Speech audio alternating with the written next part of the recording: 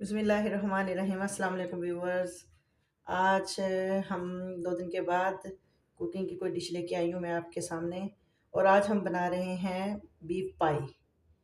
ये बहुत मज़े की होती है सर्दियों के लिए तो बेस्ट डिश होती है। ये गर्मियों में थोड़ा गर्म हो जाती है और सर्दियों में ये जो है बहुत पसंद की जाती है। बहुत से लोग इनको बना के खाते हैं। अक्सर तो ऐसा होता है शॉप्स में मिलती भी नहीं है। तो आज हम बना रहे हैं आप लोगों के लिए बीफ पाई। और इसमें क्या-क्या मसाला जात जाएँगे और किन-किन चीज़ों की ज़रूरत है, आइए मैं आपको बताती हूँ। सबसे पहले हमने लिया 3 केजी यानी कि 3 किलो पाई लहसुन अदरक। लहसुन पिसा साबुत है, ये हम साबुत ही डालेंगे। अदरक को हम पीस के डालेंगे। प्याज़ है, छोटे-छोटे साइज़ की 6 प्याज़ें थी। सुरख मिर्च है 2 टीस्पून, दड़ा मिर्च है 1 टीस्पून, सूखा धनिया पिसा हुआ ये है हमारे पास 1 एंड हाफ टी स्पून, हल्दी है हाफ टी स्पून, थोड़े से इसमें जो है साबुत गरम मसाले जाएँगे और 2 टीस्पून है हमारे पास नमक। तो हमने कुकर ले लिया है, पहले हम इसको कुकर में गलाएँगे, फिर हम इसको अलग बर्तन में मसाले के साथ भूनेंगे, तेल तेल बाद में डालेंगे।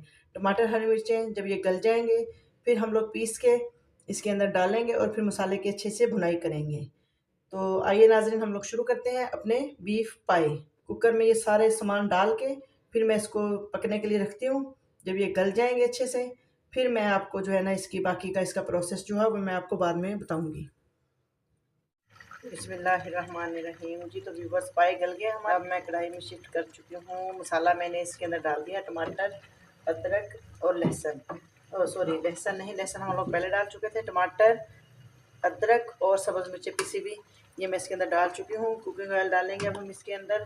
कुकिंग ऑयल मैंने इसमें डाल दिया है और डाला मैंने थोड़ा कम है, क्योंकि पाए जो होते हैं इनके अंदर अपना बहुत ज़्यादा ऑयल जो है वो निकल के बाहर आ चुका होता है, तो इसलिए उनको मैंने कुकिंग ऑयल को मैंने कम डाला। ये देखें इसके ऊपर से उतर के साइड पे हुई है और बड़ा मज़े का ये गल चुका है। बस अब इसकी थोड़ा सा भुनाई करते हैं और मसाले को अच्छा सा भून के फिर इसके अंदर हम डालेंगे पानी। जी तो व्यूअर्स ये देखें अभी हमारा शोरबा तकरीबन रेडी है और अब हम इसमें डालेंगे सब्ज़ धनिया और सब्ज़ मिर्च कटी हुई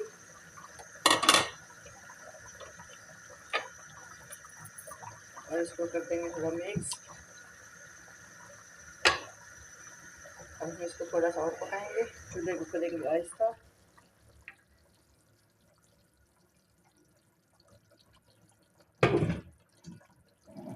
देखिए अब इसकी शक्ल, इसकी लुक कितनी खूबसूरत।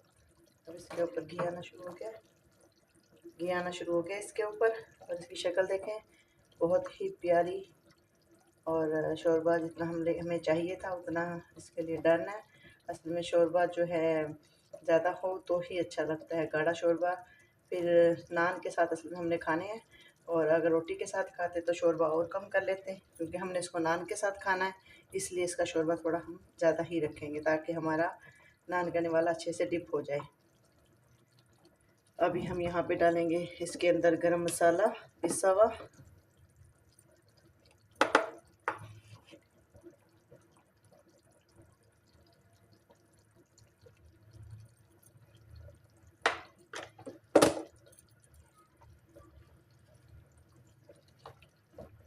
और चूल्हे को कर देंगे बंद। बस इसकी लास्ट लुक जो है मैं आपको डिश आउट करके दिखाती हूँ। यहाँ इस स्टेज पे आके हमारे पाए जो हैं बीफ पाए वो बिल्कुल रेडी हैं। अभी मैं लास्ट लुक इसकी जो है आपको दिखाती हूँ डिश आउट करके।